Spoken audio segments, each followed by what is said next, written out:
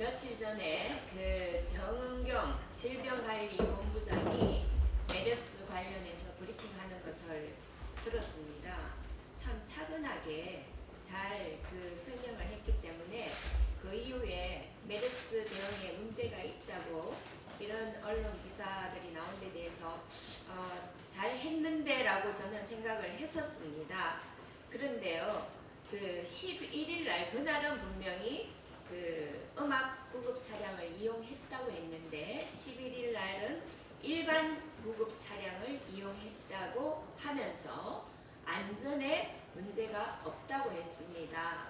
그런데요, 2015년 6월에 메르스 발생했을 때 구급차 운전자가 감염이 되었습니다. 76번째 환자를 이송하다가 감염이 됐는데요. 그날도 정은경 그때는 질병예방센터장이었습니다.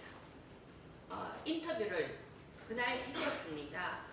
근데 저는 본인이 직접 이 인터뷰까지 하고 겪은 상황을 지금 와서 어떻게 안전에 문제가 없다고 할 수 있는지 정말 이해가 안 됩니다.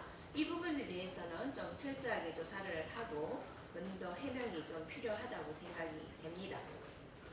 그 다음에 오늘 그 대표님 말씀하셨는데 고용자 수 3,000명 증가했는데요. 얼마 전에 KDI가 최저임금 인상을 비롯한 정부 정책이 그 고용 쇼크의 원인임을 인정을 했습니다. 그런데 문재인 대통령은 고용 참사 통계가 나온 이후에도 우리는 올바른 경제 정책 기조로 가고 있다고 했고, 장하성 정책실장도 정부 정책 효과 내기 시작하면 고용 상황도 개선된다. 연말이면 이 고용 상황이 개선될 것이다 라고 했습니다. 지금도 똑같은 생각입니까? 진단을 제대로 해야 적절한 처방이 나오는 법입니다. 저는 이거 KDI 원장 다음번 인사 때 경질될 것 같은데요. 경질되면 이거 원인이 최저임금 인상이다 이거 해가지고 아마 됐을 것 같습니다. 네. 지금 세금으로 돌려막는 정책은 한계가 있습니다. 일자리위원회 위원장은 고용 개선을 위해 무엇을 하고 있는지 국민은 알고 싶습니다. 제대로 된 정책을 제시해 주시기 바랍니다. 그리고 금융감독원에 대해서 한번 얘기를 하겠습니다. 금융감독원이 그 상반기 개인사업자 대출 119 운영 현황 보도자료를 냈는데요.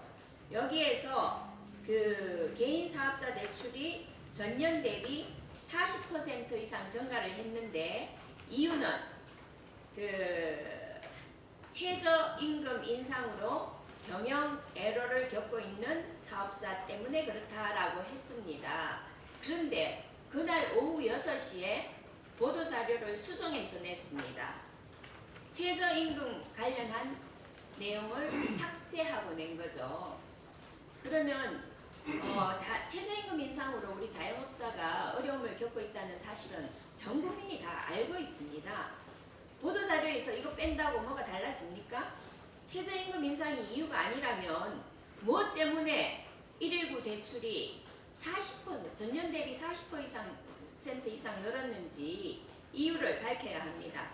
금융감독원은 국가를 위해서 일하는 곳이지 청와대를 위해서 일하는 기관이 아닙니다. 그 정도 말도 소신 있게 못한다면 금융감독원장은 옷을 벗으십시오. 왜곡된 자료로 권력의 입맛에 맞추고 국민의 눈을 멀게 하려는 이런 시도는 우리 바른미래당이 눈을 크게 뜨고 지켜볼 겁니다. 그리고 더불어민주당에 한마디 하겠습니다. 신창현 의원이 신규 공공택지개발 후보지를 사전에 공개해서 논란이 됐었죠. 여기에 정보를 제공한 사람은 경기도에 파견된 국토부 소속 공무원이었습니다.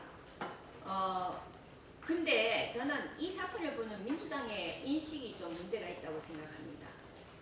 일단은 국토위원회에서 책임을 지고 사퇴를 했으니까 추가 조치는 필요가 없다는데요.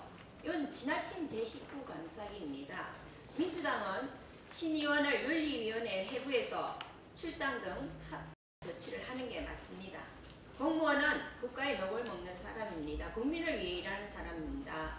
아무리 큰 권력의 부탁일지라도 불법이면 하지 말아야 합니다. 검찰은 신차원의 의원과 정보를 제공한 국토부 공무원의 불법 행위를 철저히 조사해 주기 바랍니다. 이상입니다.